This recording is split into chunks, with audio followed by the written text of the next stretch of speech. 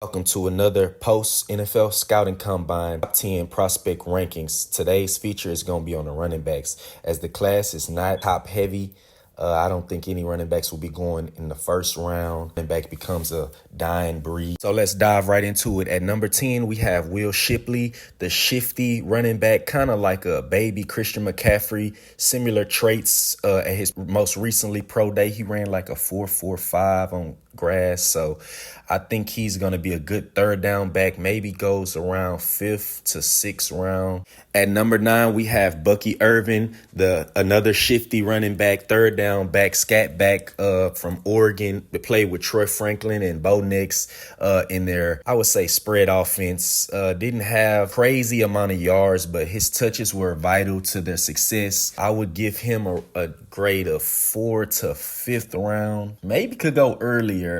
He kind of disappointed with his 40 time at the scouting combine. I think he ran 4.55 or something like that.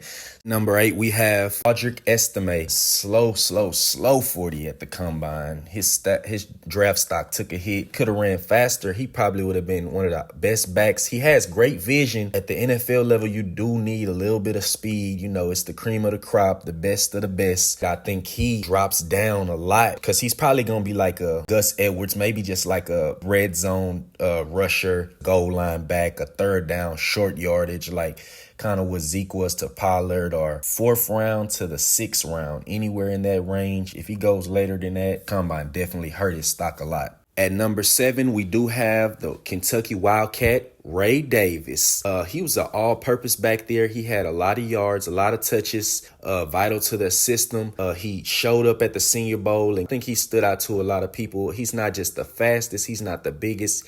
He's kind of like 5'9", 10-ish, 220. So he could be a bell cow. I would say that because they did run not a pro-style offense, but where the running back gets a lot of touches. So I think he'll be down. He'll be ready for vital touches in the NFL. At number 6, we have Marshawn Lloyd from USC.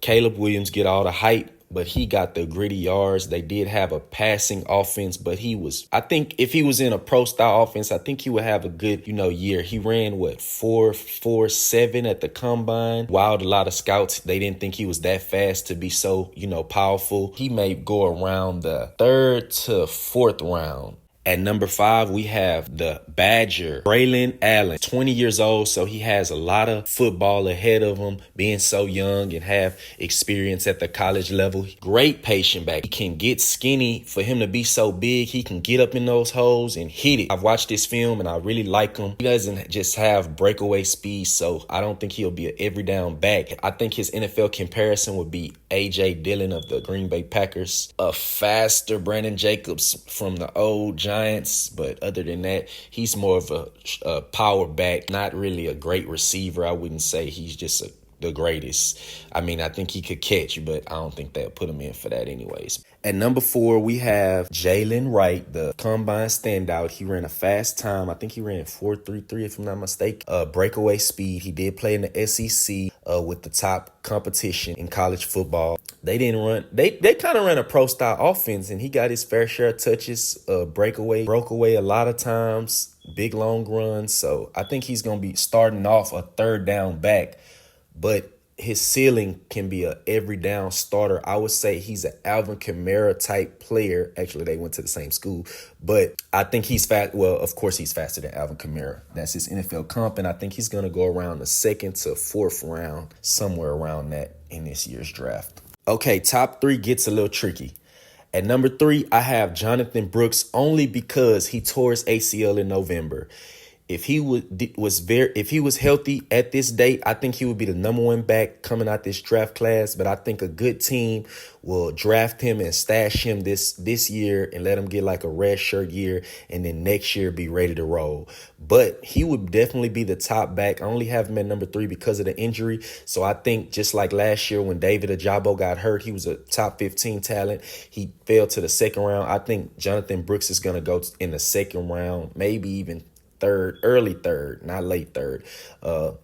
In this class, a good team's going to take a chance on him as long as the medicals clear, check out, and that's it. At number 2, I have Florida State's Trey Benson, a big-time powerful, strong runner that has soft hands, that can catch as well.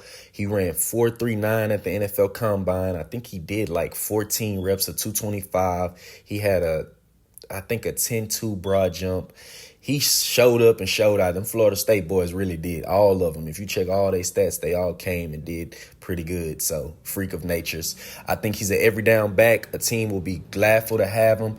Like I said, I don't think any running backs are going to go in the first round. So, I think he's going to be top second round. I think he's going in the second round. I'm not even going to say third. I think he's going in the second round for sure. And at number 1, we have Michigan Wolverines, the national champions, Blake Corum. If Blake Corum had 2 more inches, I know he's 5'9", but if he was 5'11", he would be a first-round draft pick with his patience, his power. He knows how to lower his shoulder when the pile is just done and get a few extra yards. He has great vision. He can catch the ball. They leaned on him. He split it with Donovan Edwards at times, but I think he really stood out. That's why he going to be a second-round pick. I wouldn't be surprised if he would be the first back off the board, but I don't think this year any backs are going to go in the first round. So I think at Blake Corum, plus the downside of that is he's 23. So when the season rolls around, he's going to be 24. So he's kind of like an older running back when the younger years are vital. Make sure you like and subscribe. On to the receivers next.